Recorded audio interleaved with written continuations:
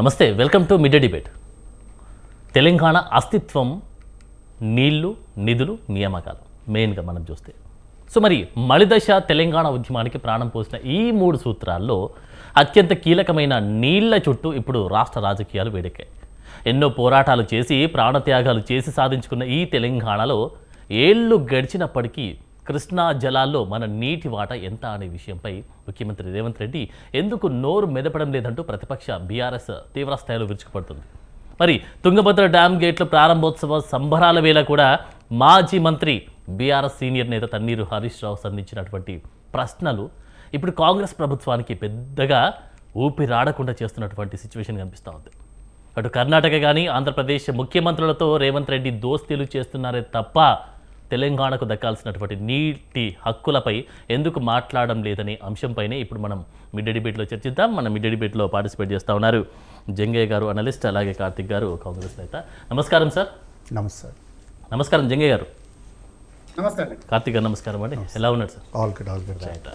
ఇప్పుడు ప్రధానంగా మనం చూస్తే ఈ నీళ్ళ విషయం చూస్తే బీఆర్ఎస్ ప్రతిపక్షంలో ఉన్నటువంటి బీఆర్ఎస్ మాజీ మంత్రి తన్నీరు హరీష్ రావు ప్రధానంగా సంధిస్తున్నటువంటి ప్రశ్నలు చాలా ఉన్నాయి. అందులో నీళ్ళ గురించి అయితే కృష్ణా జిల్లాలకు సంబంధించినటువంటి విషయం చూస్తే మనకు వచ్చేటువంటి మన వాటా గురించి ఎందుకు కాంగ్రెస్కి సంబంధించి ఈ గవర్నమెంట్ దోస్తానం చేస్తూ ఉంది, ఇతర ముఖ్యమంత్రులతో దోస్తానం చేస్తూ ఉంది, సంబంధాలు కొనసాగిస్తుంది, కానీ వాటాకు సంబంధించినటువంటి విషయంలో ఎందుకు ప్రశ్నలు చేయట్లేదు, ప్రశ్నించట్లేదు అనేటువంటి ప్రశ్నలు అయితే లేవనెత్తున్నటువంటి వాటికి సమాధానం ఎందుకు ఇవ్వట్లేదు మీరు అసలు? సార్, అయితే ముందుగా ఈరోజు స్వతంత్ర టీవీ జరుపుకుంటున్నటువంటి 4వ వార్షికోత్సవ సందర్భంగా మీకు, యాజమాన్యానికి అందరికీ కూడా హృదయపూర్వకంగా కాంగ్రెస్ పార్టీ పక్షాన శుభాకాంక్షలు. మీరు ఈ ఛానల్ ద్వారా మరిన్ని నిజాలను ప్రజల దృష్టికి తీసుకెళ్లడంలో మీ పాత్ర కీలకమైనదిగా మేము భావిస్తున్నాం. Thank you sir. సార్, అయితే ఈరోజు హరీష్ రావు గారు ఏంటి అంటే, అంటే నీళ్ళ మంత్రిగా రాష్ట్ర మంత్రివర్గంలో 10 ఏళ్ళు మనం చేయాల్సిన పని ఇది, కానీ మనం చేయలేదు. సో ఇప్పుడు ఆయనకు అవగాహన వచ్చింది. ఆయన నీళ్ళ మంత్రిగా పనిచేసినప్పుడు వెంటనే మంత్రి అయిపోయినాడు కాబట్టి ఆయనకు అర్థం కాలేదు, ఏం చేయాలో ఆయనకు తెలియలేదు. సో ఆయన చేయలేని పనిని, వదిలిపెట్టిన పనిని, చేయకూడని పనులు ఆయన చేసినాడు కాబట్టి అవగాహన లేకుండా ఆయన ఏదో 10 ఏళ్ళు వాళ్ళ మామ ఫోటో పెట్టి నడిపించేసినాడు. ఈరోజు రాష్ట్ర ప్రభుత్వం, ప్రజాప్రభుత్వము కొన్ని కార్యక్రమాలు చేస్తుంటే ఈ కార్యక్రమాలన్నీ చూసినటువంటి హరీష్ రావు గారికి ఇప్పుడు మెలకు వచ్చింది. ఇప్పటికి అర్థమైంది, మనం చేయాల్సిన పని ఇది చేయాల్సింది మనం 10 ఏళ్ళకి ఇది చేయలేదు. ఇప్పుడు మనం ఏం మాట్లాడకపోతే ప్రజలందరూ ఏమనుకుంటారంటే హరీష్ రావు గారు చేయలేకపోయినా హరీష్ రావు గారికి తెలియదు. ఆ రోజు కేవలం హెలికాప్టరు, టీటీడీల టికెట్లు, దర్శనానికి ఏర్పాట్లు చేయడం వల్ల ఆ రోజు ఉన్నటువంటి గవర్నర్ నరసింహన్ గారు ఆయన హరీష్ రావు కాదు కాళేశ్వరరావు అని మనం ఏదో చెప్పించుకున్నాం కాబట్టి ఆయన చెప్పాడు కాబట్టి ఆ రోజు మోసం చేసినట్టు ఈరోజు ప్రజల్ని మనం మోసం చేయలేము అని తెలుసుకున్నటువంటి హరీష్ రావు గారు ఈరోజు ఏంది అంటే, అరే పక్క రాష్ట్ర ముఖ్యమంత్రులతో మీరు ఎట్లా సఖ్యతగా ఉంటారని అసలు ఈ ప్రశ్న నాకు అర్థం కాలేదు. ఈ దేశంలో ప్రతి రాష్ట్ర ముఖ్యమంత్రి కూడా నైబరింగ్ స్టేట్తోని సత్సంబంధాలు కలిగి ఉండాలి. మీ 10 ఏళ్ల పాలనలో, మీ దిక్కుమాలిన పాలనలో ఒక్కనాడన్న ఇట్లా పక్క రాష్ట్ర ముఖ్యమంత్రితో నిన్న జరిగినటువంటి సందర్భం ఎక్కడన్నా జరిగిందా? కానీ కర్ణాటక, తెలంగాణ 2 రాష్ట్రాల్లో కూడా కాంగ్రెస్ పార్టీ అధికారంలో ఉండడం వల్ల సమస్యను సామరస్యంగా పరిష్కరిస్తూ కేంద్ర ప్రభుత్వంతో సమన్వయం చేసుకొని ఆంధ్రప్రదేశ్లో ఉన్నటువంటి ముఖ్యమంత్రి గారిని కూడా కలుపుకొని 3 రాష్ట్రాలకు సంబంధించి ఈరోజు ఒక సమస్యకు పరిష్కారం తెచ్చే ప్రయత్నం మనం చేసినాం. ఈరోజు హరీష్ రావు గారు అడుగుతున్న ప్రతి ప్రశ్నకు కూడా నేను సూటికి ఒక ప్రశ్న అడుగుతా సార్. మనము బనకచెర్ల ప్రాజెక్టు అప్పుడు ఇచ్చంపల్లి ప్రాజెక్టును పోటీ పెట్టి బనకచెర్ల ప్రాజెక్టును ఆపిన ప్రభుత్వం ప్రజాప్రభుత్వం రేవంత్ రెడ్డి గారు.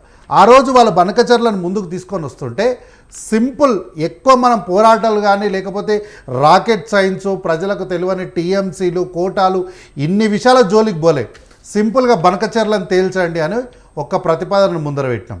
ఈ ఒక్క బనకచెర్లను ముందర పెట్టేసరికి ఆంధ్రప్రదేశ్ రాష్ట్రము కిక్కురు మనకుండా సైలెంట్ అయిపోయింది.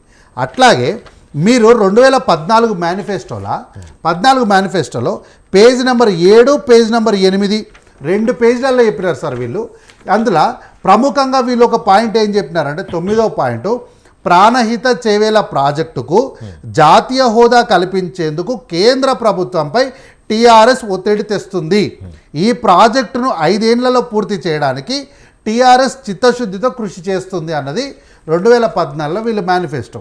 ఒకవేళ ఇప్పుడు ఈ ప్రశ్న అడిగితే టీఆర్ఎస్ అంటే మేం కాదు కవిత పార్టీ అని తప్పించుకోవద్దు వీళ్ళు. టీఆర్ఎస్ అంటే మీరే పింక్ పార్టీలే, ఈ రాష్ట్రానికి పట్టిన గులాబీ పురుగులే. నేను ఈరోజు అడుగుతున్నా, ఈ ప్రాణహిత చేవేల పైన కేంద్రం పైన మీరు తెచ్చిన ఒత్తిడిని తర్వాత మాట్లాడదాం, 5 ఏళ్లలో పూర్తి చేస్తున్న చిత్తశుద్ధి గురించి మళ్ళీ మాట్లాడదాం. కానీ మొట్టమొదటి ప్రశ్న ఏం తెలుసా, ప్రాణహిత చేవేల ప్రాజెక్టు అని మీరు మొదలుపెట్టిన ఈ 3 పదాలకు ఈ ప్రాణహిత చేవేల ప్రాజెక్ట్ ఎక్కడుందో చూపెట్టుండి మాకు. కాంగ్రెస్ పార్టీ హయాంలో దివంగత నాయకుడు రాజశేఖర రెడ్డి గారు జలయజ్ఞం ద్వారా తీసుకొని వచ్చినటువంటి ఈ ప్రాజెక్టు ఈరోజు తెలంగాణ రాష్ట్రంలో మాయమైపోయింది, ఎక్కడ లేదు. ఎందుకు లేదు అంటే వీళ్ళు 70% పూర్తి చేసిన పనులకి తుది మెరుగులు దిద్దుతే సరిపోయేదానికి మన మహారాష్ట్ర దగ్గర 2012లో సూత్రప్రాయం 2012-13 ఆర్థిక సంవత్సరంలో సూత్రప్రాయంగా 150 మీటర్ల ఎత్తుకు ఒప్పుకున్నటువంటి ప్రాజెక్టుకు ఆడ మీరు కడితే అయిపోయేదానికి అక్కడ కట్టకుండా తమ్మిడిహాట్ దగ్గర కట్టకుండా దాన్ని కిందికి తీసుకొని వచ్చి బాహుబలి మోటార్లని ప్రపంచానికి తెలియని విధాన్ని నేర్పించినామంటే ఓకే, అక్కడ వరకు మీరు అది తెలివి ప్రదర్శిస్తారు అనుకోవచ్చు. కానీ మీరు ఏమన్నారు, నదులకు నడక నేర్పించడం, చేపలకు ఈదడం నేర్పించడం, గాలికి శ్వాస తీసుకోవడం నేర్పించడం అని తెలంగాణ ప్రజలకు ఉట్టి కథలు చెప్పిండ్రు. ఈరోజు మీ ఉట్టి కథలన్నీ మట్టి కథలని అర్థమైనప్పుడు హరీష్ రావు గారు వచ్చి అనవసరమైనటువంటి ప్రశ్నలను సంధించే ప్రయత్నం చేస్తున్నాడు. దీనివల్ల ఏంది అంటే అనవసరమైన ప్రశ్నలు అంటారా? 100%.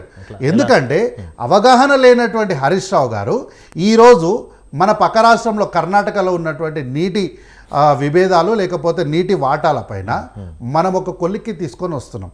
2.5 సంవత్సరాలు అయింది, ఏం చేస్తున్నారు మీరు అని అడుగుతున్నారు. 10 ఏళ్ళు మీరు ఏం చేసారో చెప్పండి.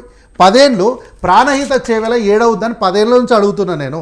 ఈ ప్రాణహిత చేవేల ఏడవుందో చెప్తలేరు. పోనీ నేను అడిగి రాజశేఖర రెడ్డి గారు ప్రాణహితని అడుగుతలే, నేను 2014లో మీరు చెప్పిన ప్రాణహిత చేవేలని అడుగుతున్నా. ఏడవుంది అంటే ఒక్కరు చెప్తలేరు. దాన్ని మీరు కాళేశ్వరం అని పేరు మార్చి డిజైన్లు మార్చి 70% అయిన పనులను మళ్ళీ మొదటికి తీసుకొని వచ్చి ఈరోజు ఏమైంది అంటే దాన్ని మళ్ళీ ఎన్డీఆర్ తీసుకొని వచ్చి దాన్ని ఈరోజు రిపేర్ చేసే పరిస్థితికి వచ్చింది. నాగార్జున సాగర్ డ్యామ్ కానీ, కోయిల్ సాగర్ కానీ, నెట్టెంపాడు కానీ, జూరాల కానీ ఇట్లా ఈ ప్రాజెక్టులు అన్నీ కూడా ఎస్ఆర్ఎస్పి కానీ ఇవన్నీ ఎప్పుడో మన తాతల టైంలో కట్టిర్రు. అంటే ఆ ప్రాజెక్టుల నిర్మాణం జరిగేటప్పుడు కూడా మనకు తెలియదు.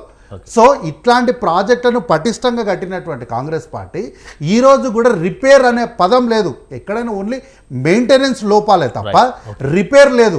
అట్లాంటిది మీరు కట్టి 3 ఏళ్ళు కాలేదు, అది కుప్ప ఊలిపోయింది.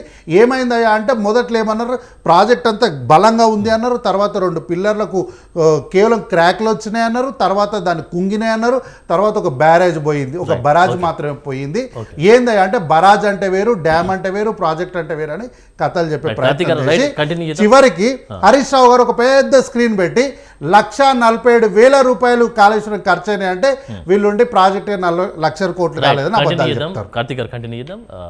మనం చూస్తా ఉన్నాం నీళ్లు నిధులు నియామకాలు తెలంగాణకు సంబంధించిన విషయం చూస్తే ఇటు నీళ్ల విషయంలో పూర్తిగా అన్యాయం జరుగుతుంది. తెలంగాణకు వచ్చేటువంటి వాటా కృష్ణా జలాలకు సంబంధించినటువంటి విషయం చూస్తే తెలంగాణకు పక్కా అన్యాయం జరుగుతుంది.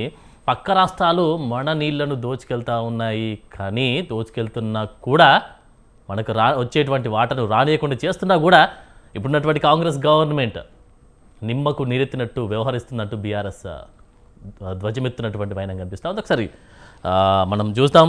రామూర్తి గారు వెల్కమ్ అండి, మీ డిబేట్కి స్వాగతం. బీఆర్ఎస్ నేత రామూర్తి గారు చెప్పండి. రైట్, మీకు క్వశ్చన్ అండి. ఇప్పుడు హరీష్ రావు గారు ఖచ్చితంగా మనకు వచ్చేటువంటి వాటాను ఎత్తుకెళ్తున్నా కూడా, పక్క రాష్ట్రాలు ఎత్తుకెళ్తున్నా కూడా కాంగ్రెస్ గవర్నమెంట్ నిమ్మకు నీరెత్తినట్టుగా ఉంటుంది, కానీ వచ్చేటువంటి వాటా విషయంలో ఎందుకు క్వశ్చన్ చేయట్లేదు అంటూ కూడా క్వశ్చన్ చేస్తూ ఉన్నారు. మీకు ఒక సూటి ప్రశ్న అండి. హరీష్ రావు మాట్లాడినటువంటి ప్రశ్నలు ఓకే బాగున్నాయి రైట్, బట్ కానీ 10 ఏళ్ల మీ పాలనలో ఆర్డీఎస్ కింద పూర్తి స్థాయిలో 15.90 టీఎంసీలు ఎందుకు తీసుకురాలేకపోయారంటూ అధికార కాంగ్రెస్ విమర్శలు చేస్తూ ఉంది, క్వశ్చన్ చేస్తూ ఉంది. దీనికి సమాధానం ఏంటి మీ దగ్గర? ఆర్డిఎస్ అంటే ఫుల్ ఫామ్ తెలియడం వాళ్ళు కూడా చాలా మంది చాలా విధాలుగా మాట్లాడతారండి. ముఖ్యంగా ఏంటంటే ఇప్పుడు తుంగభద్ర ప్రాజెక్ట్ సంబంధించి ఎడమ కాలువ ఏదైతే ఉందో ఆ ఎడమ కాలువకు సంబంధించి మనకు అందరూ వాస్తవంగా మాట్లాడేది ఏంటంటే ఇప్పుడు 15.9 టీఎంసీలు అంటారు. 15.9 టీఎంసీలు కాదండి, వాస్తవంగా చెప్పాలంటే 17.1 టీఎంసీ రావాలి. సో ఎందుకంటే ఆ ఉమ్మడి పాలనలో ఆ కాలువ నిరాధారణకు గురైంది, ఆ కాలువని పట్టించుకునే నాదులు లేరు కాబట్టి దాని 143 కిలోమీటర్ల ఏదైతే కాలువ ఉన్నదో దాన్ని మేము రిపేర్ చేయడానికి ప్రయత్నం చేసినాం. కానీ రిపేర్ చేసిన తర్వాత నీళ్ళు ఎందుకు రాలేదు అన్నది మీరు అడుగుతున్న ప్రశ్నకి సమాధానం. ఎందుకంటే 2014లో తెలంగాణ వచ్చిన తర్వాత ఏ విధంగా ఇప్పుడు అక్కడ నీళ్లు ఉన్నాయా లేవా అసలు ఏం జరుగుతున్నది అన్నది కూడా కొత్తలో మాకు తెలియలేదు. దాని తర్వాత కొంచెం ముందుకు పోయినా కొద్దీ అసలు వాస్తవంగా తుంగభద్ర నది పరిస్థితి 212 టీఎంసీలు ఉంటాయండి. 212 టీఎంసీ తుంగభద్ర ప్రాజెక్ట్ నుంచి వెళ్ళి వాస్తవంగా ఏంటంటే కర్ణాటక 138 టీఎంసీలు తీసుకుంటది, 138.5 టీఎంసీలు తీసుకుంటది కర్ణాటక మేజర్ గా. దాని తర్వాత ఉమ్మడి ఆంధ్రప్రదేశ్ కేటాయించిన కేటాయింపు 73.5 టీఎంసీ. సో అందులో వాస్తవంగా ఏంటంటే బ్రజావత్ ట్రిబ్యునల్ కూడా తెలంగాణకు సంబంధించి ఎందుకంటే 17.1 టీఎంసీ తీసుకోవాలని చెప్పింది కాబట్టి మొత్తం కలిపి మొత్తం 212 టీఎంసీలు. ఈ 212 టీఎంసీలలో మనకు వాస్తవంగా ఈ 17.1 టీఎంసీ రాకపోవడానికి కారణం ఏంటంటే నేను క్లియర్ చెప్తా, ఇయర్ నుంచి ఇయర్ వైడ్ చెప్తా. 2021-22 66.50 టీఎంసీలు ఆంధ్రప్రదేశ్ వాడుకున్నది. మళ్ళీ 2021-22 అప్పుడు తెలంగాణ రాలేదు, 66.50 తీసుకోవాల్సింది ఎంత అంటే అసలు వాస్తవంగా 56.4 టీఎంసీలు తీసుకోవాలి. 56.4 టీఎంసీలు తీసుకోవాల్సిన ఆంధ్రప్రదేశ్ 66.50 తీసుకున్నది, సో ఎక్కువ తీసుకున్నది. దాని తర్వాత 22-23 58.97 టీఎంసీలు తీసుకున్నది, మళ్ళీ ఎక్కువనే. దాని తర్వాత 2023-24 34.3 టీఎంసీలు. ఎందుకంటే మా ప్రభుత్వం అప్పుడు ఉన్నది కాబట్టి కొంత ఏంటంటే అక్కడ వాటర్ కూడా ఆ సంవత్సరం తక్కువ వరద వచ్చింది కాబట్టి అక్కడ కొంచెం తక్కువనే యూజ్ చేసుకున్నారు. అదే విధంగా మనకు కూడా పెద్దగా ఏం రాలేదు. వాస్తవంగా 2024-25 మళ్ళీ కాంగ్రెస్ ప్రభుత్వం వచ్చింది. మళ్ళీ ఎందుకంటే ఇక్కడ ఉన్న ముఖ్యమంత్రి ఆంధ్రప్రదేశ్ అసిస్టెంట్ ముఖ్యమంత్రి, అదే విధంగా నేను చెప్తున్నా ఏదైతే చంద్రబాబు నాయుడు కట్టు బానిస. ఇక బానిస ప్రభుత్వం ఏ విధంగా ఉంటుందండి మళ్ళీ ఇప్పుడు ఎందుకంటే 2024-25లో 62 ఎవరు కట్టుబానిసలు అంటున్నా, ఎవరు మీరు కట్టుబానిసలు. కల్వకుంట్ల చంద్రశేఖరరావు చండీ యాగం కోసం వెళ్ళి చంద్రబాబు నాయుడు గారు కాళ్ళు మొక్కేసి వచ్చిండు. మీరు కట్టుబానిసలు. మీరు దయచేసి సబ్జెక్ట్ చెప్పండి, అనవసరమైనటువంటి వ్యాఖ్యలు వాడొద్దు, అర్థమైందా? అనవసరమైనటువంటి వ్యాఖ్యలు పదప్రయోగం చేయొద్దు. మీరు చంద్రబాబు నాయుడు గారు కాళ్ళు మొక్కింది ముఖ్యమంత్రి హోదాలో చండీ యాగానికి రమ్మని చెప్పి ఆయన కడుపులో తలబెట్టేసి వచ్చిండు. సాక్షాత్తు నరేంద్ర మోడీ గారు కాళ్ళు మొక్కినటువంటి చరిత్ర. ఎవరు కట్టుబానిసలు, ఎవరి గురించి మాట్లాడుతున్నారు? బానిస బతుకు మీవి, మాది కాదు, అర్థమైందా? నికార్సంగా బతుకు మాది. తెలంగాణ మట్టిలో ఉంటాం, తెలంగాణ అర్థమైందా? మీరు సబ్జెక్ట్ చెప్పండి, అనవసరమైన పదజాలం పడితే మంచిగా ఉండదు. సబ్జెక్ట్ మాట్లాడాలి, కట్టు బానిసలు ఇట్లాంటి పద ప్రయోగం. కార్తీక్ గారు ఒక నిమిషం, కార్తీక్ గారు రామూర్తి గారు మీరు చెప్పండి. ఒక అంశం మీద డిస్కస్ చేస్తున్నప్పుడు దాని మీద మనం డిస్కస్ చేద్దాం. నేను చెప్పేది అండి, ఇప్పుడు రేషం వస్తే రాసుకోండి, దాని తర్వాత కట్టుబాట కాలేదు. అవకాశం ఇస్తా మాట్లాడినప్పుడు మీరు మాట్లాడడం సబ్జెక్ట్ చెప్పండి. మీరు లెక్కలు చెప్పారు మంచిది, సంతోషం. మీరు చెప్పిన లెక్కలు రాసుకుంటా, అంతగానే అనవసరమైన పదజాలం రైట్. వింటర్ డిబేట్ కొనసాగిద్దాం.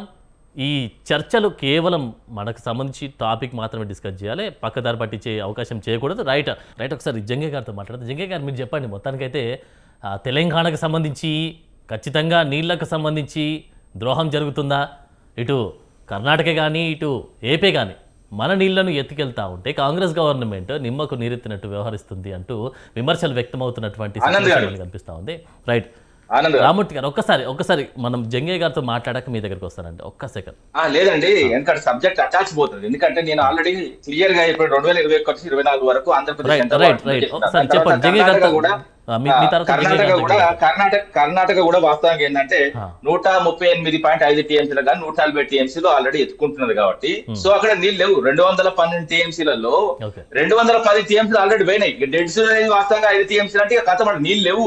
సో నీళ్లు లేకుండా ఎగువ ప్రాంతాలైన కర్ణాటక, దాంతో పాటు ఆంధ్రప్రదేశ్, పక్కన ఆంధ్రప్రదేశ్ ఆల్రెడీ నీళ్లు లేకపోతాను కాబట్టి అక్కడ మనకు నీళ్లు లేకుంటున్నాయి, అయినాయి. అదే విధంగా ఇదే చెప్తున్నా, ఎందుకంటే ఇంత ఘోరమైన మోసం జరుగుతున్నా తుంగభద్ర నదిలో ఇప్పుడు నిన్న వాస్తవంగా ముఖ్యమంత్రి పోయిండు.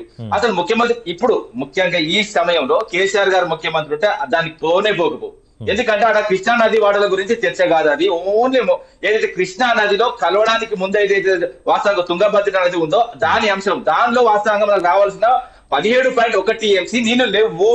సో నీళ్లు లేవు కాబట్టి నీళ్లు లేని కాంచెది ఇబ్బంది అవుతుంది. ఎందుకంటే పాలమూరు రంగారెడ్డి అందుకే కట్టినాం. అదే విధంగా ఎందుకంటే ఇంతకుముందు నేను తమిళనాడు లిఫ్ట్ ఇరిగేషన్ ప్రాజెక్ట్ కూడా, ఎందుకంటే ఇప్పుడు ఈ ప్రాంతం ముఖ్యంగా ఏంటంటే ఇప్పుడు గద్వాల గానీ అలంపూర్ గానీ ఈ రెండు ప్రాంతాలకు దీని నుంచి నీళ్ళు అందేది కాబట్టి ఇప్పుడు ఆ నీళ్ళు అందే 3 నుంచి 5-6 TMCలే వస్తున్నాయి. కాబట్టి ఇప్పుడు ఈ ప్రాంతంలో 87,000 ఎకరాలకు కావాల్సిన నీటిని ఎందుకంటే మేము తుమ్మిల ద్వారా లిఫ్ట్ చేసి మళ్ళీ ఇక్కడికి తీసుకొచ్చే ప్రయత్నం చేసినాము. ఆ క్రమంలో మేము పనిచేసుకుంటూ పోయినాము. ముఖ్యంగా ఏంటంటే తెలంగాణ, దక్షిణ తెలంగాణ, ఉత్తర తెలంగాణను సమానంగా చూసినాం. ఎందుకంటే కేసీఆర్ గారు వచ్చిన ఏ ముఖ్యమంత్రి అయినా కూడా వచ్చిన తర్వాత చదువుకోనికి సమయం పడుతుందండి. కానీ గౌరవ్ కేసీఆర్ గారు వచ్చిన తర్వాత వచ్చిన ఓన్లీ మళ్ళీ కూడా చెప్తున్నాం 42 రోజుల్లోనే కృష్ణా, అదే విధంగా ఈ కృష్ణా నది జలాల విషయంలో 42 రోజుల్లోనే లెటర్ రావడం జరిగింది. ఎందుకంటే 50-50 వాటా రావాలి. ఇప్పటికే ఘోరమైన అన్యాయం జరిగింది. 2013లో గౌరవ అప్పుడు ముఖ్యమంత్రి ఎవరైతే కిరణ్ కుమార్ రెడ్డి ఉన్నాడో ఆయన క్లియర్ గా రాసిపోవడం జరిగింది. ఎందుకంటే ఇప్పుడు 34 ఏదైతే తెలంగాణ వాటా ఉందో 66 వాటా ఉందో ఆ వాటా మార్చాలి, ఎందుకంటే ట్రిబ్యునల్ ఏర్పాటు చేయాలని చాలా సందర్భాలు రాయడం జరిగింది. ముఖ్యంగా 50-50 ఏదైతే షేరింగ్ కోసము 25 లెటర్ రాయడం జరిగింది. అదే విధంగా బేసిన్ విస్తీర్ణ ప్రకారం మళ్ళీ ఎందుకంటే 69% వాస్తవంగా రావాలి, కానీ ఆఖరి 50-50 అయినా 25 లెటర్ రాసిండు. అదే విషయంగా అయితే 69% రావాలని కూడా వాస్తవంగా మేము కోర్టుకు పోవడం జరిగింది. అదే విధంగా ఇంతకుముందు నేను చెప్పిన విషయాలు ఏంటంటే కేంద్రం స్పందించకపోతే, ఎందుకంటే సెక్షన్ 3 అమలు కావాలండి. సెక్షన్ 3 అంటే ఇప్పుడు వాస్తవానికి ఇప్పుడు అమలైంది. సుదీర్ఘంగా కొట్లాడితే ఎందుకంటే 2023 అక్టోబర్ 6వ తారీఖు గెజిట్ కూడా విడుదలైంది. దీని ప్రకారం ఈ గెజిట్ ప్రకారం సెక్షన్ 3 ప్రకారం ఇప్పుడు కృష్ణా నదిలో నీటి వాటా పెరగబోతుంది. దీని రిజల్ట్ ఆల్రెడీ పెండింగ్ లో ఉంది. దీని రిజల్ట్ వస్తే వాస్తవంగా మనకు వచ్చే వాటా పెరుగుతుంది. ఎందుకంటే ఇప్పుడు గతంలో మనకు కృష్ణా నది మీద వాస్తవంగా 299 వచ్చేది, ఆంధ్రప్రదేశ్ కు 512,000. ఇప్పుడు ఏంటంటే 763 TMCలు పెరగబోతున్నాయి. ఈ పెరగబోతున్న దానికి కారణం కూడా గౌరవ కేసీఆర్ గారు, మా ప్రభుత్వం తప్ప ఇక్కడ ఎవ్వడు ఏ లెటర్ రాయలేదు. ముఖ్యంగా కేంద్రానికి ఎన్ని లెటర్ రాసినాం, ఏ విధంగా రాసినాం అన్నది కూడా చెప్తారు. రాయలసీమ లిఫ్ట్ ఇరిగేషన్ ఆపని కూడా 18 లెటర్ రాసింది అన్నది కూడా గౌరవ కేసీఆర్ గారు అన్నది అయితే ఆంధ్రప్రదేశ్ ముఖ్యమంత్రి కూడా మొన్నటి దాకా ఒప్పుకున్న విషయం అసెంబ్లీలోనే. ఇక్కడ ముఖ్యమంత్రి నేనే ఆపించిన అని చెప్తే ఇజ్జత్ మానం తీసుకున్నది కూడా చూసాం. ఈ విధంగా గతంలో మేము ఏం చేశామన్నది కూడా నేను అవసరమైతే ప్రాజెక్టుల వేడి చెప్పమన్నది చెప్తే ఎంత నీరు ఇచ్చినాం, అదే విధంగా దక్షిణ తెలంగాణకి ఏ విధంగా లాభం చేసినాం, అదే విధంగా ఇంకా మిగతా ప్రాజెక్టు కడితే ఎంత నీళ్ళు వస్తాయని కూడా చెప్తా, కానీ ఇక మిగతాలో మాట్లాడేవాడు. రైట్, మీకు ఒక క్వశ్చన్ అండి, దాని తర్వాత నేను జంగే గారి దగ్గరికి వెళ్తాను. కర్ణాటకలో కాంగ్రెస్ ప్రభుత్వం ఉంది కాబట్టి రేవంత్ రెడ్డి అడగడం లేదంటూ మీరు మాట్లాడుతూ ఉన్నారు కదా, మరి మీ హయాంలో కేంద్రంలో ఉన్నటువంటి బీజేపీ ఉన్నప్పుడు మీరు సాధించిన వాటా ఎంత? నేనేమంటున్నా క్లియర్ గా మళ్ళా కూడా చెప్తున్నా, ఇప్పుడు నీటి వాటాలు తేల్చాల్సింది కేంద్రం, కేంద్రంలో ఉన్న జలశక్తి మంత్రిత్వ శాఖ.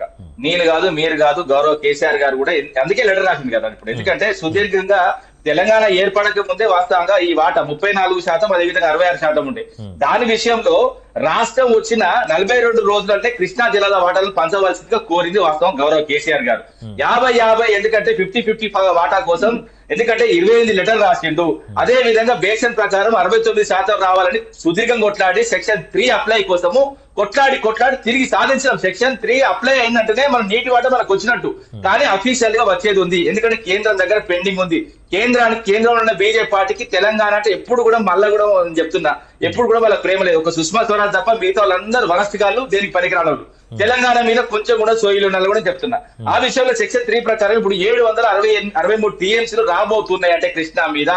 అది మా ఘనత. అవసరమైతే రాసి పెట్టుకోండి. మళ్ళీ కూడా చెప్తున్నా 763 TMCలు త్వరలో కృష్ణాలో వాటా మనకు వస్తున్నది. ఇంతకుముందు 299 ఉండే, అది 763 TMCలు మనకు రాబోతున్నాయి. ఆ రాబోవడానికి కారణం మేము. ఎందుకంటే కొట్లాడడం అంటే చిన్న ముచ్చటే కాదండి. ఇప్పుడు నీళ్ల విషయంలో కొట్లాడితే 60 సంవత్సరాలు కొట్లాడితే తెలంగాణ వచ్చింది. నీళ్లు, నిధులు, నియామకాల విషయంలో మళ్ళీ కూడా చెప్తున్నా, పార్లమెంట్ సాక్షిగా మేము నీళ్లు ఏ విధంగా ఇచ్చినామని అది కూడా చెప్తా. ఎందుకంటే గతంలో మీరు మాట్లాడిన మాటలు కూడా ఇప్పుడు, ఎందుకంటే కృష్ణా నదిలో మీరు ఏం సాధించాలంటే, ఎస్ మేమేంటున్నా కృష్ణా నది విషయంలో పాలమూరు రంగారెడ్డి 90% కంప్లీట్ చేసినాం. రిజర్వాయర్ రెడీ చేసినాం, పంపోజ్ రెడీ చేసినాం, అదేవిధంగా టన్నల్స్ కూడా రెడీ చేసినాం. అదే విధంగా ప్రజెంట్ 4 TMCలు కూడా అక్కడ ఉన్నాయి. అదే విధంగా గౌరవ ఏదైతే విద్యాసాగర్ రావు పేరు మీద దిండి లిఫ్ట్ ఇరిగేషన్ ప్రాజెక్ట్ కట్టినాం. 6,500 కోట్లతోని 3,50,000 ఎకరాలకు నీళ్ళు అందించడానికి ప్రయత్నం చేసినాం. అదే విధంగా కోయిల్ సాగర్ 2014 ముందు 0 ఎకరాలు ఒక్క ఎకరానికి కూడా నీళ్ళు లేదు. మేము వచ్చిన తర్వాత 38,250 ఎకరాలకు నీళ్లు అందిస్తున్నది. అదే విధంగా కల్వకుర్తి లిఫ్ట్ ఇరిగేషన్ ప్రాజెక్ట్ వీళ్ళు గతంలో 2014 ముందు 13,000 ఎకరాలు మాత్రమే నీళ్లు అందించేది. మేము వచ్చిన తర్వాత ఎందుకంటే 30 ఏళ్ల ప్రాజెక్ట్ అది, దానికి 3,07,000 ఎకరాలకి ఇప్పుడు వాస్తవంగా నీళ్లు అందిస్తున్నది. అదే విధంగా నెట్టంపాడు లిఫ్ట్ ఇరిగేషన్ 2014 ముందు ఈ 2,000 ఎకరాలు మాత్రమే, మేము వచ్చిన తర్వాత 1,42,000 ఎకరాలకు నీళ్లు అందుతున్నది. అదే విధంగా భీమా లిఫ్ట్ ఇరిగేషన్ బిఫోర్ తెలంగాణ 12,000 ఎకరాలు మాత్రమే, మేము వచ్చిన తర్వాత 1,58,000 ఎకరాలకు అవసరమైతే మీరు ట్రాక్ చేయకుండా చూసుకోండి. అదే విధంగా కోదండ సభ ఇదే ఇతర చిన్న ప్రాజెక్టు, అదే విధంగా తుమ్మిల ద్వారా కూడా ఉద్యమం చేసినాము. ఆఫ్టర్ తెలంగాణ నువ్వు మాట్లాడు ఆఫ్టర్ తెలంగాణ మెరుగైనని చెప్తున్నా. నీళ్ల విషయంలో 98 లక్షల ఎకరాలకు నీళ్లు అందించింది గత ప్రభుత్వాన్ని పార్లమెంట్ ఒప్పుకున్నాను. నువ్వు నేను మాట్లాడుకుంటే ఏం లేదు. అదే విధంగా తుమ్మిల ద్వారా కూడా 55,000 ఎకరాలకు నేను మొత్తంగా ఒక 10 లక్షల ఎకరాలకు వాస్తవంగా దక్షిణ తెలంగాణలో కొన్ని ప్రాజెక్టులు పెండింగ్ ప్రాజెక్టులు పూర్తి చేసాం, అది రన్నింగ్ ప్రాజెక్టులు చేసాం. అదే విధంగా ఇతర పెద్ద ప్రాజెక్టులు కూడా, ఎందుకంటే పాలమూరు రంగారెడ్డి వాస్తవంగా కేంద్రం మోసం చేసింది. ఎందుకంటే దివంగత సుష్మా స్వరాజ్ గారు దానికి జాతీయ హోదా ఇస్తాం, ఒక్క పైసా కూడా ఎవరు పెట్టవలసిన అవసరం లేదని చేతులు ఎత్తేసింది. ఆమె చనిపోయిన ఆమె ఆత్మ కూడా శోభిస్తుంది కదా. అదే విధంగా ఎందుకంటే కాళేశ్వరం కూడా ₹1 పెట్టిన అవసరం లేదు. ఎందుకంటే గవర్నర్ బండారు దత్తాత్రేయ గారు వారు కూడా చెప్పడం జరిగింది, జాతీయ హోదా ఇస్తాం, వాస్తవంగా కాళేశ్వరం మీరే చేపడతాం. అయినా కూడా కేంద్రం సహకరించకపోయినా తెలంగాణ నేల మీద పంటలు పండించింది గౌరవ కేసీఆర్ గారు. ఈ రోజు సన్న బియ్యం పండుతున్నాయి, సన్న బియ్యం ఇస్తున్నారంటే వీళ్ళ మొక్కలను చూసి వరి వికసించి పనిలేదు, అదే విధంగా మొక్కజొన్న వికసించి పనిలేదు. నీళ్లు తెలంగాణకు నీళ్లు ఇచ్చడం అనేది వాస్తవం. వీళ్ళు మాట్లాడేది అసత్య దూరం. కాంగ్రెస్ పంట వేసినాక 3 నెలలకే చేతికి వస్తుంది, 2.5 సంవత్సరాలకు రాదు. దయచేసి 3 నెలలకే పంట వస్తుంది. వరి నాటేసిన 3 నెలలకే వస్తుంది, అంతేగాని నాటేసిన 2.5 సంవత్సరాలకు పంట చేతికి రాదు. అర్థమైందా? ఎవరో మీరు పోయి 2.5 ఏళ్ళు అయింది. ఇప్పుడు మీ హయాంలో సన్నలు వండుతున్నాడు. పంట పొలాల్లో కూర్చొని సన్నలు ఇస్తే 500 కోట్లు భారం పడుతుంది కాబట్టి నేను ఇయ్యను అని చెప్పి మీరు ఒక షో చేశారు కదా గంగావన్ పెట్టి. ఆ షో రీల్ వేసుకోండి ఇన్స్టాగ్రామ్ లో. జంగయ్య గారు నేను మాట్లాడలేదు, ఇన్స్టాగ్రామ్ లో రీల్ ఉంటుంది చూసుకోండి. రామూర్తి గారు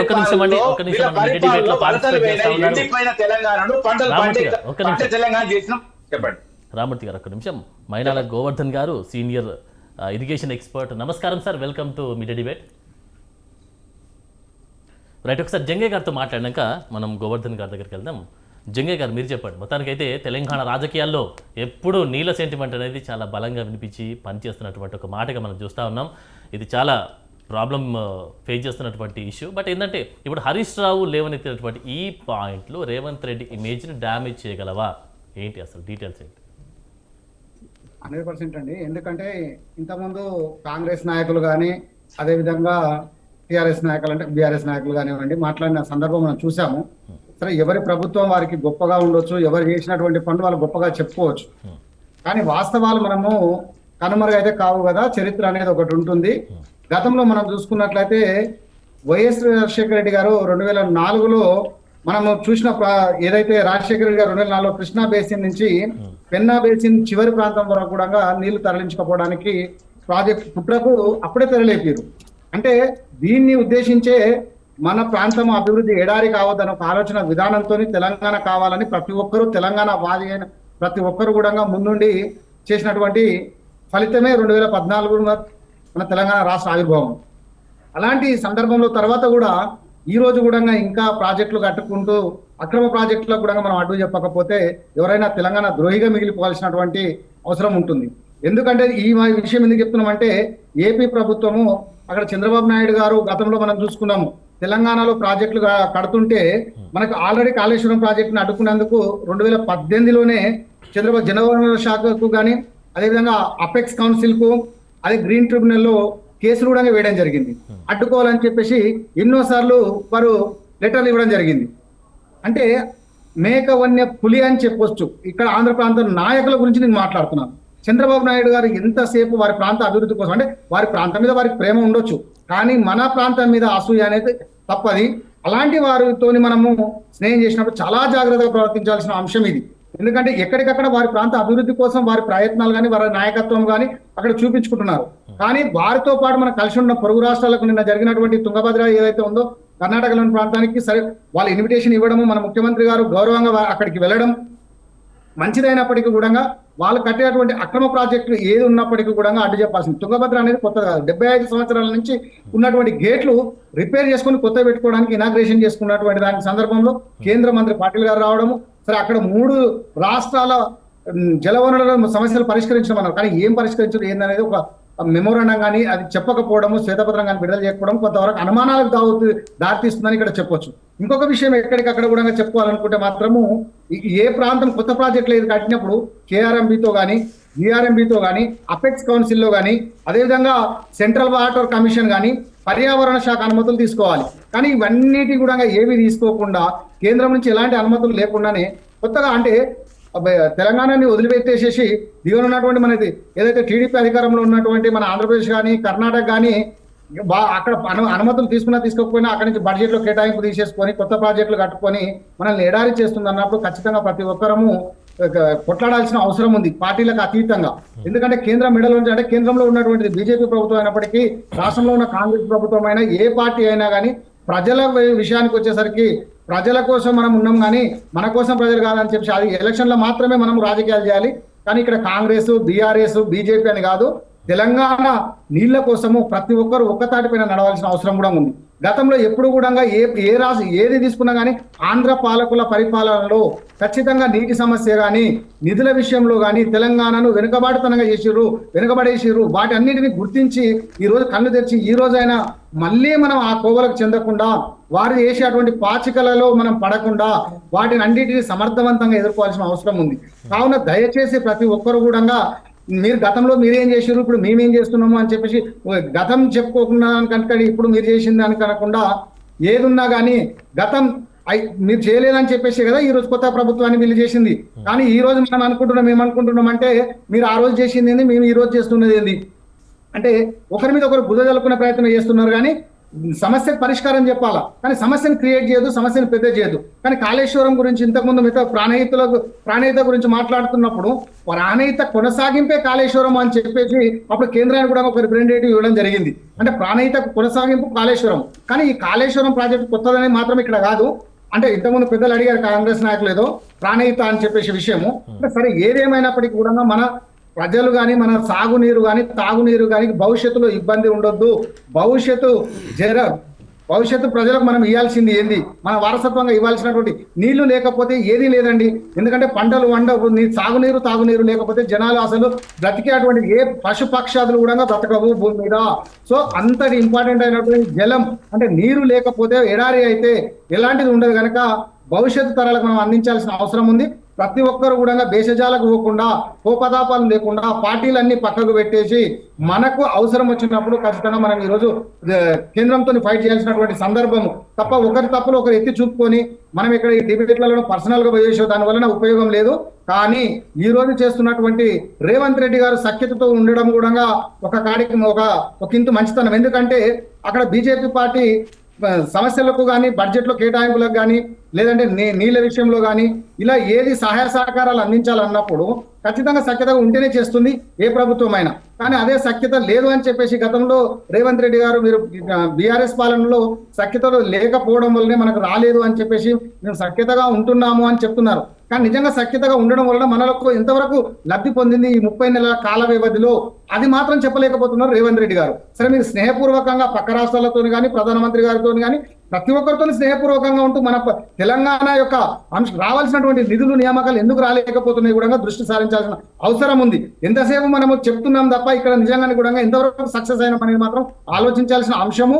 ప్రాజెక్టులు రావాలన్నా కానీ లేదంటే ఇండస్ట్రియల్స్ రావాలన్నా కానీ బడ్జెట్ కేటాయించాలన్నా కానీ బడ్జెట్లో మన కేటాయింపు ఎంత అయిందండి అంటే ఎక్కడికక్కడ మనం చూసుకుంటే దీని తెలంగాణ ప్రాంతాన్ని ఏ నాయకుడు కూడా పట్టించుకోకట్లేదు అనే ఒక అంశము ప్రజల్లో ఇమిడించిపోతుంది. సో ప్రజలకు మనం ఇవ్వాల్సిన భరోసా ఏంది, మన నాయకుడు ఉన్నాడు, మన సీఎం గారు ఉన్నారు, మనకు న్యాయం చేస్తారు అని చెప్పేసి సీఎం గారి గురించి కానీ పార్టీ గురించి కానీ ఆలోచించే విధంగా మనం చేస్తే బాగుంటుంది తప్ప రాజకీయ స్వార్థాల కోసము ఒక్క నిమిషం అండి. గోవర్ధన్ గారితో మాట్లాడదాం. గోవర్ధన్ గారితో మాట్లాడక ముందు గోవర్ధన్ గారితో ఒకసారి మాట్లాడదాం. గోవర్ధన్ గారు మీరు చెప్పండి. మొత్తానికైతే ఒక్క నిమిషం అండి. గోవర్ధన్ గారు మాట్లాడే ముందు కొంచెం క్లారిటీ ఇస్తా, ఎందుకంటే గోవర్ధన్ గారికి ఈ విషయం అంటే ఎక్కువ తెలుసు నీళ్ళ రైట్ విషయంలో కాబట్టి. రామూర్తి గారు ఒక్కసారి లేదు, క్లారిఫికేషన్ లేదు. తీసుకున్నాక మీ దగ్గరకు వస్తా. ఒక్కసారి క్లారిఫికేషన్ తీసుకున్నాక ఒకసారి వారితో మాట్లాడినాక మీ దగ్గరకు వస్తానండి. ఒకసారి గోవర్ధన్ గారు మీరు చెప్పండి. మొత్తానికి కర్ణాటకలో కాంగ్రెస్ గవర్నమెంట్ ఉంది, ఇటు తెలంగాణలో కాంగ్రెస్ గవర్నమెంట్ ఉంది, రెండు రాష్ట్రాలలో కూడా కాంగ్రెస్ గవర్నమెంటే లీడ్లో ఉంది. కానీ ఈ జల వివాదాలకు సంబంధించి అంటే అంతర్రాష్ట్ర జల వివాదాలకు సంబంధించినటువంటి పరిష్కారం సులువు కావాలి, కానీ ఎందుకు కావట్లేదు? కాంగ్రెస్ ఇక్కడ డిఫెన్స్లో పడడానికి ప్రధాన కారణం ఏంటి? అంటే వివిధ రాష్ట్రాల మధ్య ఉండేటటువంటి అంతర్రాష్ట్ర జల వివాదాలు రోజు రోజుకి పెరుగుతున్నాయి. పెరగడానికి ప్రధాన కారణం ఆయా ప్రాంతాల్లో జరుగుతున్నటువంటి ఉద్యమాలు, ఇవన్నీ కూడా కారణంగా ఉంటున్నాయి. రెండవది, నదీ జలాలకు సంబంధించినటువంటి విషయాల్లో క్రౌడెడ్ డ్యామ్స్, ముఖ్యంగా కృష్ణాకు సంబంధించి కృష్ణా బేసిన్ కి సంబంధించినటువంటి విషయాలు కర్ణాటక, మహారాష్ట్ర, ఆంధ్రప్రదేశ్, తెలంగాణ, మళ్ళీ ఆంధ్రప్రదేశ్ వరకు చాలా క్రౌడెడ్, అంటే అతి ఎక్కువగా డ్యామ్స్ కానీ ఎత్తిపోతల పథకాలు కానీ వచ్చేసాయి. దాదాపు నికర జిల్లాల స్థాయి నుంచి అది మిగులు జిల్లాల స్థాయికి వెళ్ళిపోయాయి. కాబట్టి జల వివాదాలు ఇప్పట్లో పరిష్కారం అయ్యేటటువంటి అవకాశం కూడా లేదు. అయితే ఇచ్చిపుచ్చుకునేటువంటి దూరంలో పరిష్కారం చేసుకోవచ్చు. దానికంటే ముందు కర్ణాటక చాలా భారీ ఎత్తున ఏ రాష్ట్ర అంటే సిమిలర్ మీరు అన్నట్టు అక్కడ ఇక్కడ ఎక్కడ 3 చోట్ల కూడా అదే అదే పార్టీ ప్రభుత్వాలు ఉన్నప్పుడు కూడా కర్ణాటక చాలా భారీ ఎత్తున నీటి వాటాను తీసుకుంటుంది. ఆల్మట్టి ఎత్తును పెంచింది, చాలా ఎత్తిపోతల పథకాలు చేపట్టింది. ఇవన్నీ జరుగుతున్నాయి. తెలంగాణకి తుంగభద్ర నుంచి లేకపోతే రాజోలి బండ నుంచి వస్తున్నటువంటి నీటి వాటా విషయాల్లో ఒక తీవ్రమైన దుర్మార్గమైనటువంటి అన్యాయం జరుగుతోంది. అయితే వీటన్నిటికంటే ముఖ్యం ఇప్పుడు అందరూ ఆలోచించాల్సిన విషయాలు, నదులకు సంబంధించినటువంటి నీటిని తరలించేటటువంటి విషయంలో లేదా గ్రావిటీ కానీ లేదా ఎత్తిపోతలకు కానీ దానికి ఒక లిమిటేషన్ ఉంది, ఒక పరిమితి ఉంది. ఇది అందరూ గ్రహించాల్సిన విషయం. ఇది ఎమోషనల్ గా ఆలోచించడం కాదు. రెండవది, అందరూ కూడా వర్షపు నీటిని అదిమి పట్టి, అంటే మనం ఎత్తిపోతల ద్వారా కానీ లేదా గ్రావిటీ ద్వారా కానీ నీరు తరలించేటటువంటి క్రమంలో చాలా భారీ ఎత్తున కొన్ని వేల కోట్లు, కొన్ని లక్షల కోట్ల రూపాయల డబ్బుని ఇన్ఫ్రాస్ట్రక్చర్ కొరికి, డ్యామ్ల కొరికి, ఎత్తిపోతల కొరికి, రిజర్వాయర్ల కొరికి, మిగతా వాటి కొరకు, టన్నెల్స్ కొరికి మనం కేటాయించాల్సిన పరిస్థితి ఉంటుంది. కానీ అదే వాన నీటిని ఏ పొలంకైతే, ఏ ఎండుతున్న బీడుకైతే, ఏ ఎండుతున్న నేలకైతే, ఏ ఎండుతున్న రైతు పొలంకైతే తరలించాలో వాటిని తీసుకునేటటువంటి విషయాల్లో కేవలం తెలంగాణ కాదు, ఆంధ్రప్రదేశ్ కాదు, రాయలసీమ కాదు, కర్ణాటక కాదు, మొత్తం దేశవ్యాప్తంగా అన్ని కేంద్ర ప్రభుత్వాలు, అన్ని రాష్ట్ర ప్రభుత్వాలు విఫలమయ్యాయి. ఈ రోజు మనం నీటిపారుదల పథకాలకు సంబంధించి, నీటిపారుదల ప్రాజెక్టులకు సంబంధించి కనుక మాట్లాడుకుంటే, ముఖ్యంగా గత 10 ఏళ్లలో జరిగినటువంటి చంద్రశేఖరరావు పరిపాలనా కాలంలో కాళేశ్వరం ప్రాజెక్ట్ అదొక విఫల ప్రాజెక్ట్. కాళేశ్వరం ఈ రోజు మనం మాట్లాడుకునే సమయంలో కాళేశ్వరం నుంచి ఒక చుక్క నీరు 2023 అక్టోబర్ 21 ఎన్నికలు గత 2.5 సంవత్సరాల క్రితం ఎప్పుడైతే జరిగాయో ఆ రోజు నుంచి ఈ రోజు వరకు ఒక చుక్క నీరు కూడా మేడిగడ్డ నుంచి కానీ, అన్నారం నుంచి కానీ, సుందిల నుంచి కానీ రాలే. అయినప్పటికీ రాష్ట్రంలో పంటలు పండాయి. ఇప్పుడు ఎవరండి మీకు చెప్పింది? మీరు నీటి నిపుణుల ఇజ్జత్ పోతే 20 లక్షల ఎకరాలు నీళ్ళు వస్తున్నాయి. ఎక్కడదండి? ఏం మాట్లాడుతారండి? అసలు ఏం సబ్జెక్ట్ ఉంది మీకు? తప్పు ఈ వ్యాఖ్యలు చాలా తప్పు. కనీసం మరి వయసుకు మరి వయసు గౌరవం ఇవ్వాలి. తప్పు కనీసం మరి వయసుకు మరి అది కనీసం మరి వయసు గౌరవం ఇవ్వాలి. మీరు టాపిక్ మాత్రమే డిస్కస్ చేయాలి రామూర్తి గారు. పర్సనల్ మాట్లాడద్దు. వాటి గురించి వారు మాట్లాడాలంటే మీకు అవకాశం ఇస్తా ఖచ్చితంగా. మీకు అవకాశం ఇచ్చినప్పుడు మీ ఆ సమయాన్ని సద్వినియోగం చేసుకోండి, కానీ మధ్యలో ఇన్వాల్వ్ అయ్యి పర్సనల్ గా మనం మాట్లాడద్దు. రైట్, గోవర్ధన్ గారు మీరు చెప్పండి. 968 టీఎంసీలు కాళేశ్వరం ప్రాజెక్టు ద్వారా 400 నుంచి 500 టీఎంసీలు వాడుకుంటుంది నిజం. అదే విధంగా సార్ ఇది తప్పు సార్. సార్ వారు ఎక్స్పర్ట్, వారు ఇరిగేషన్ ఎక్స్పర్ట్, గారు ఒక్క నిమిషం. వారు ఇరిగేషన్ ఎక్స్పర్ట్, వారు పొలిటికల్ లీడర్ కాదు. మీకు అవకాశం ఇవ్వలేదు రామూర్తి గారు, మీకు అవకాశం ఇవ్వలేదు. నేను చెప్తున్నా కదా, నేను చెప్తున్నా నీ మాటకు విలువ లేదబ్బా, నీ మాటకు విలువ లేదు, నీ మాటకు విలువ లేదు, నీ మాటకు విలువ లేదు, అసలు నీ మాటకు విలువనే లేదు, నీ మాటకు విలువ లేదు. రామూర్తి గారు, మాట్లాడుతున్న వాళ్ళు ఇరిగేషన్ ఎక్స్పర్ట్స్, కనీసం తెలుసుకోవాలి. రామూర్తి గారు మీకు అవకాశం ఇవ్వలేదండి, మీరు ఇన్వాల్వ్ కావద్దు. మీకు అవకాశం ఇవ్వలేదు, ఇప్పుడు మీకు అవకాశం ఇవ్వలేదు. రామూర్తి గారు మీకు అవకాశం ఇవ్వలేదు.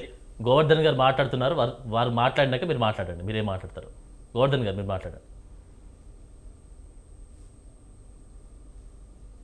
మ్యూట్ పెడితే నువ్వుకోను, నేను మళ్ళీ కూడా చెప్తున్నా, అబద్ధాలు ప్రచారం చేస్తే వెంటాడుతా మీకు అవకాశం ఇచ్చినప్పుడు నువ్వు వెంటాడినా వేటాడినా చేసేది ఏం లేదు, మీరు దొంగలు, అయిపోయింది మీ పని. ఇరిగేషన్ ఎక్స్పర్ట్స్ పెద్దలు, కనీసం వారి వయసు గౌరవం ఇవ్వాలి, కనీసం వారి వయసు గౌరవం ఇవ్వాలి. వారికి ఉన్నటువంటి అనుభవం అంత వయసు లేదు మనకి, వారి అనుభవం అంత వయసు లేదు, వారు కనీసం వారి వయసు గౌరవం ఇచ్చి మాట్లాడాలి. మీరు వాడిన పదం తప్పు. వారు చెప్తున్నప్పుడు వినడం మన సంస్కారం, వినడం మన సంస్కారం. ఆ సంస్కారం లేనప్పుడు ఏం చేయలేము. ఇంకా గుండె మీద గుళ్ళ మీద మీరు మాట్లాడండి. వారేం రాజకీయ నాయకులు కాదు కదా, వారు పెద్దలు, వారు ఇరిగేషన్ ఎక్స్పర్ట్. వారు మాట్లాడుతున్నప్పుడు మీరు దయచేసి వినాలి. మనం వినడం అనేది మన యొక్క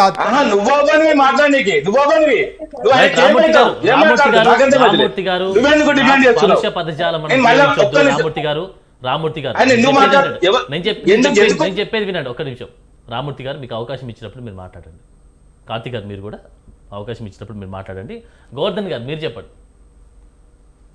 ఇంకా అన్యాయం చేసేదే కాకుండా నేను మళ్ళీ కూడా చెప్పాను 2000 గోవర్ధన్ గారు మ్యూట్ పెట్టకండి 2014 రామూర్తి గారు మీకు అవకాశం ఇచ్చినప్పుడు మాత్రమే దాన్ని సద్వినియోగం చేసుకొని మీరు ఏం చెప్పదలుచుకొని చెప్పండి ఒకసారి. రామూర్తి గారు ఒక్క నిమిషం. గోవర్ధన్ గారు మాట్లాడినాక మీరు ఏం చెప్పదలుచుకొని చెప్పండి ఫైనల్ గా. అబద్ధాలు ప్రచారం చేస్తున్నారు అని అనుకుంటే మీకు అవకాశం అబద్ధం చెప్తున్నారు, క్లారిఫికేషన్ ఇవ్వండి. నేను చెప్తా 400 నుంచి 500 గోవర్ధన్ గారు మాట్లాడాక మీరు మాట్లాడండి. రామూర్తి గారు గోవర్ధన్ గారు మాట్లాడాక మీరు మాట్లాడండి. నిన్న తుంగభద్ర గేట్ల ప్రారంభోత్సవం సందర్భంగా కేంద్ర మంత్రి గాని, కేంద్ర జలశక్తి మంత్రి గాని, ముగ్గురు ముఖ్యమంత్రుల సందర్భంలో చాలా కీలకమైనటువంటి విషయాలను కొన్నింటిని ప్రస్తావించడం జరిగింది. ఒకటి నదుల అనుసంధానానికి సంబంధించినటువంటి విషయాల్లో గ్రావిటీ అంటే ఒక నది నుండి మరొక నదికి గ్రావిటీ ద్వారా తీసుకొచ్చేటటువంటి ఏదైతే అనుసంధానం ఏదైతే ఉందో అది మాత్రమే సుస్థిరమైనటువంటి ఫలితాలను ఎక్కువ ఇవ్వడానికి అవకాశం ఉంటుంది. రెండవది, ఒక నది నుంచి మరో నది మీరు మధ్యలో ఎందుకు ఇన్వాల్వ్ అవుతున్నారు? రామూర్తి గారు మీరు మధ్యలో ఇన్వాల్వ్ కాకండి. మీకు అవకాశం ఇచ్చినప్పుడు మీరు మాట్లాడండి. మీకు గ్రావిటీ ఉందా లేదా అనేది మీకు అవకాశం ఇచ్చినప్పుడు మీరు మాట్లాడండి. దాని గురించి మధ్యలో ఎందుకు ఇన్వాల్వ్ అవుతున్నారు?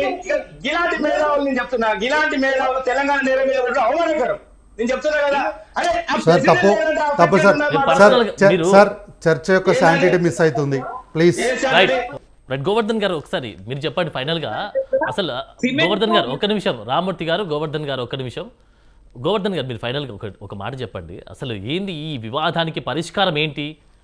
రాబోయే రోజుల్లో ఎలా ఉండబోతుంది అంటారు? తెలంగాణకు వచ్చే వాట దక్కేనా, లేదంటే ఇలానే కొనసాగించే అవకాశం కనిపిస్తా ఉందా నీళ్ళ వాటలకు సంబంధించి? రాబోయే రోజులు ఈ రకమైనటువంటి ప్రాజెక్టుల ద్వారానే నీళ్ళని ప్రతి చోటికి అందించాలనడం, నదుల అనుసంధానం ద్వారానే నీళ్లు అందించాలనడం అసాధ్యం. దాదాపు చాలా నదుల్లో నీరు అందుబాటులో లేదు. మిగులు జిల్లాలకు మనం వెళ్ళిపోయాం. కృష్ణా దాదాపు ఆల్మోస్ట్ అయిపోయింది. గోదావరికి సంబంధించినటువంటి చాలా పాయింట్స్ ఎత్తిపోయడానికి అనువుగా లేవు. ఈరోజు వాన నీరును ఎక్కడికక్కడ పొలంలో ఏ రకమైనటువంటి ఖర్చులు లేకుండా అతి తక్కువ ఎకరాకు 4,000 రూపాయలు ఈరోజు కాళేశ్వరం, సిద్దిపేట లేదా చేపల్ల, హైదరాబాద్ లాంటి చోటికి సుమారు 2 లక్షల రూపాయలు ఖర్చు అవుతుంది. ఒకటి 2 లక్షలు అవుతుంది. అదే వాన నీటి సంరక్షణ ప్రతి భూమిలో 4 వాటర్ కాన్సెప్ట్ ద్వారా, వాటర్ షెడ్ కాన్సెప్ట్ ద్వారా, టీఎన్మంత్రావు కాన్సెప్ట్ ద్వారా అతి తక్కువ 694లో 4,000 అయింది. ఈరోజు 8,000 రూపాయలకు ఎకరానికి, 10,000 రూపాయలకు ఎకరానికి నీరు అందించవచ్చు.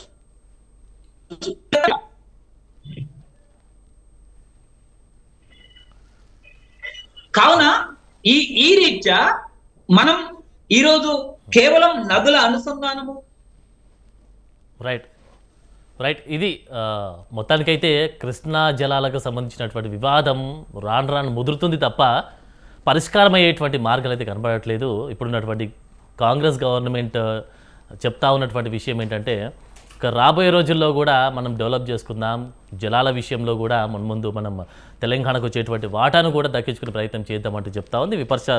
ప్రతిపక్షాలు మాత్రం విమర్శలు చేస్తున్నటువంటి ఈ వైనంలో మరి రానున్న రోజుల్లో మనకు దక్కేటువంటి వాట దక్కేనా అనేటువంటి సిచ్యువేషన్ మనం చూడొచ్చు. రైట్, ఇది ఇవాల్టి మీడియా డిబేట్ అంశం. మరొక అంశంతో మళ్ళీ కలుద్దాం. నమస్కారం.